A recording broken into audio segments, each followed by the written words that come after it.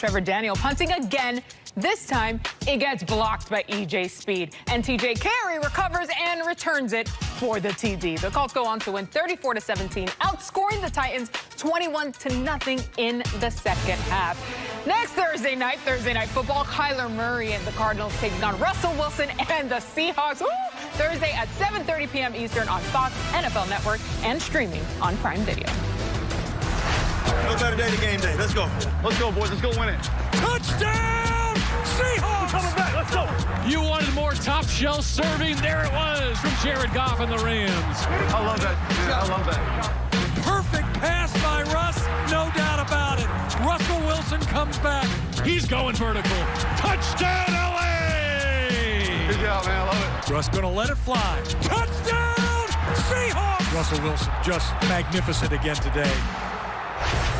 All right, a check on the NFC playoff picture here, but let's focus in on the NFC West divisional opponents facing off this week. The Seahawks are the 2nd seed there right now at 6-2. The Rams, 7th seed at 5-3 at the moment. A win for either one of them this weekend would be clutch, but of course, only one can win. Time now for the bucket list presented by KFC. I'm Rob back with me, and now you called the Bills win over the Seahawks last weekend. Yes, I have receipts, especially when they're good.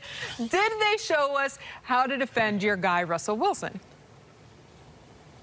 Yeah, MJ, I do think it was a glimpse into the future, how you defend these dynamic quarterbacks. I mean, the Buffalo Bills didn't sit back and say, hey, Russell, come and just beat us with the 5 or 6 plays that determine a game. They said, if you're going to beat us, we're going to make you make like 40 or 50 plays to beat us. And I got some tape to show you guys exactly what I'm talking about. Got some double A-gap sugar here to force the offensive line to slide one way, and then you have an unblocked guy off of the edge, Russell thinking that he's protected. But what I like is the Sean McDermott offense had all of the quick throws covered, so Russell had nowhere to go with the football, and I think they got a turnover right there as well. You look at it again right here. This is an overload blitz. This time, the offensive line kind of pointed in the right direction. They kind of picked it up, but with a free man. Now, Russell knew this guy was going to be free, but it was 3rd down, so now the Buffalo Bills defense rally and make the tackle before Tyler Lockett could get the 1st down. Again, dictating action. Again, this time, they send all 7 defenders in the box, creating a 0 coverage look on the back end. Russell knows he's going to get hit. He knows that it's going to be an extra defender. It's on the Buffalo Bills to not give up the explosive play and make sure that they make the tackle. Look, the Buffalo Bills blitzed Russell Wilson 18 times last week, over 40% of the dropbacks. So, to me, this is how you defense these dynamic quarterbacks. You can't just sit back and let guys like Russell Wilson beat you up. Okay, Rob, so you're just going to go into every ingredient in the recipe on how to beat your boy, Russell Wilson? Wow! All right, let's pick it. Who do you have winning? Well, I got the Seahawks winning this one 24-20. I think it's going to be too much Russell Wilson. I think the same tape that I saw, I think Russell Wilson and the Seahawks saw it as well. And again, just throw it up to that big guy, DK Metcalf on the outside. I'm wondering if Jalen Ramsey is going to follow him around. But I think it's going to be a great matchup. But I think the Seahawks, they win it in a close one.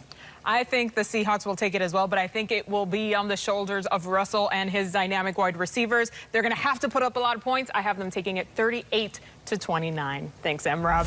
All right, let's take a look at some other picks that we've selected for the games this week. Our Triple Access team. Look at that clean sweep across the board for Green Bay as well as for the Browns and the Saints. Little disparity there in that Washington-Detroit game as well as Minnesota versus the Bears. All right, guys, I want you to pay close attention. I'm MJ Acosta-Ruiz, and this is a public service announcement because it is our solemn duty to tell the truth. And the truth is, not every team that's supposed to win on Sunday will win on Sunday. The truth hurts. It's called, say it with me, Fall. You heard them. That's next on NFL Total Access. Access is brought to you by the General Insurance. Coverage you deserve, prices you can afford. 1st and 10, Brady again out of the gun. He's going to set up the screen left side of the runner. It's intercepted. Cam Jordan gets a hand on it, and it's picked off by the Saints. 3-by-1 now to the right side for Brady.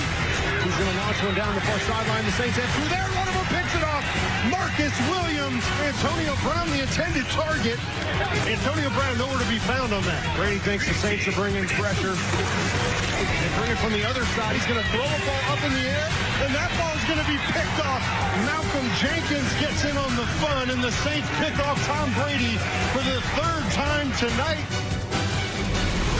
Time now for the real Mike Robb report. And Rob, the Saints were all over Tom Brady last week. How much pressure is on this group to keep Tom Brady upright against the Panthers? Yeah, that Tampa Bay offensive line, they had a rough outing last week. And I think what's happening is teams are putting pass rushers inside. And I'm telling you, the absence of guard Ali Marpet was totally obvious last week. Backup Joe Haig had a long day, number 73, as you can see highlighted right here. Did not block anybody on this particular play. Forced Tom Brady to overthrow the receiver. Now, Tom Brady's not going to give you much movement or running or mobility outside of the pocket. Again, you see Tom Brady feeling the pressure from the people over top of Joe Haig. And again, Ryan Jensen had a long day as well. This entire offensive line had a long day. Again, having a hit on Brady. Brady was hit a season high 9 times last week, and he was sacked 3 times. They better get this offensive line together if they want to go deep in the playoffs. Just taking bumps and bruises. Not good, M-Rob. All right, so for the Panthers, no Christian McCaffrey on Sunday. He was out there rushing and catching passes last week. Which wide receiver for the Panthers really has to step up now?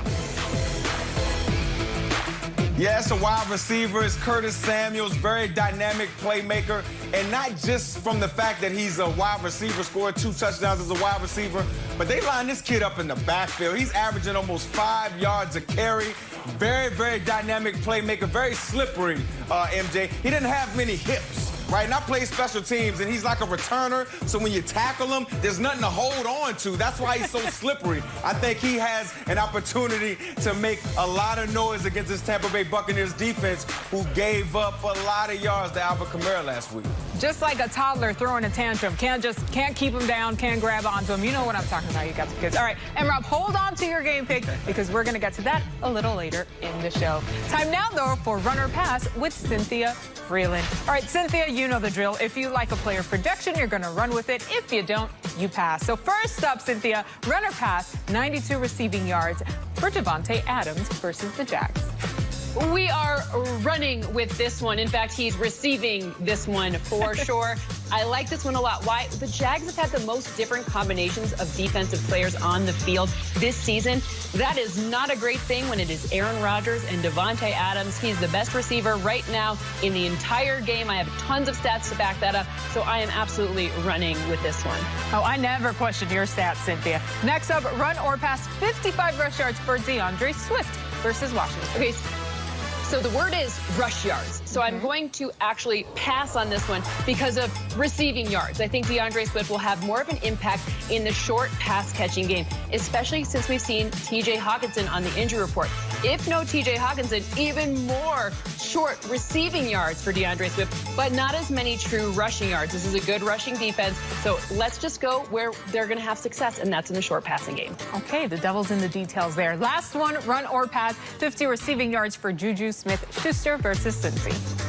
We are running with this one. Juju Smith-Schuster needs to kind of get going in terms of fantasy points, and this is the game where you can absolutely kind of imagine that happening. For me, in this one, he gets at least 50 receiving yards and something like 60% of my game simulation. So you're going to have to tune into Game Day View to see kind of all of our score projections, but you're going to see why in Game Day View. 50 receiving yards, just going to run with it. Just run with it. All right, I like it. Cynthia, thanks. Don't go far. You'll be back in just a few with some game projections. For now, let's get you to our Pepsi Rookie of the Week. And the honor goes to, again, Justin Herbert. He broke Cam Newton's record of 2,103 for most pass yards thrown in first 7 starts of a rookie, for a rookie actually, at least since 1950. He just keeps taking them. All right, let's take a look at the NFL Total Access Picks leaderboard this week while we're at it. I'm still holding on in first place, 89-36. M-Rob right there on my heels, 82-43. David Carr, James Jones, despite killing it on Thursday nights lately, are rounding out 3rd and 4th spot. So here we go. Another week, another chance to maybe beat you guys. Let's start with Dolphins Chargers. David, who are you picking in this one? I think this is going to be a pretty good defensive battle. 2 good young quarterbacks, but you just showed the reason I'm picking the Chargers, because Justin Herbert has a fearless attitude when he's playing against really tight defenses. If they bring pressure, if they think they're going to take chances with him, he's going to hit one more big play than Tua. So I'm going to go 21-17 Chargers. Ooh-wee, listen, both these young quarterbacks are absolutely balling. Matter of fact, the young quarterbacks in the National Football League is taking over. But I'm taking Herbert in this one as well, man. He's just playing lights out. I mean, there's not a throw that he cannot make. He's making everybody around him better. That offense is clicking. I do not see the Miami Dolphins trying to keep up with Justin Herbert. I like them in this game. Have you seen this?